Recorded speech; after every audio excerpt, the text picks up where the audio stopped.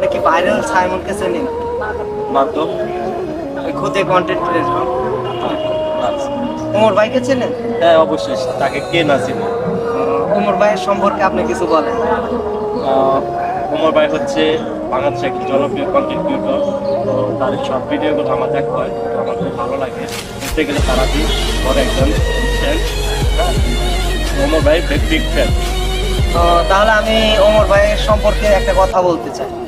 এই যে viral Simon যে আছে, খুদে শিল্প বা কন্টেন্ট ক্রিয়েশনের যুগে আছে, তিনি যে তার 75% দুটা চোখই ড্যামেজ হয়ে গেছে। এটা যদি সে যদি মানবতার হাত বাড়ায়, ওমর ভাই কি অবশ্যই আসবে সাইমনদের বাসায়? হ্যাঁ অবশ্যই আসবে না কেন, কারণ আমি বিশ্বাস করি ওমর ভাই একজন মানে মানবাধিকার একজন লোক। তার পরিশুদ্ধ জায়গা থেকে সে অবশ্যই সে অনেক মানে গোপনে অনেক দান করে, এমনকি তার মনটা অনেক বড়। আরেকটা কথা বলতে চাই, ধর্ষক বেলাল ভাই ওমরকে চ্যালেঞ্জ করেছে। ওমর ভাই কি এই চ্যালেঞ্জটা কি অ্যাকসেপ্ট করবে?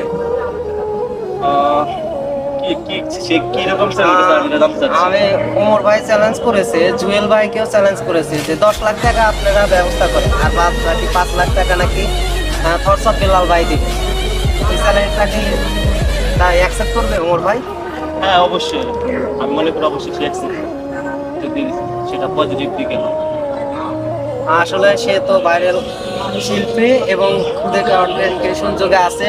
তার ছোট্ট বয়সকে সাইমন তার চোখ দুটো ড্যামেজ হয়ে গেছে, সেজন্য বলেছে ধর্ষাতুল্লাহ বলেছে যে আপনারা 10 লাখ টাকার ব্যবস্থা করেন, দায়িত্ব নেন, আর 5 লাখ টাকা আমি দেব। এরকম কি ওমর ভাই নিবে 100%? হ্যাঁ অবশ্যই। কিন্তু অনেক অডিয়েন্সরা আসে এই যে হৃদয় ভাঙা গর্জন নিয়ে যে বলছে, সেই বিষয় সম্পর্কে বলেন। কি বলছে? এই যে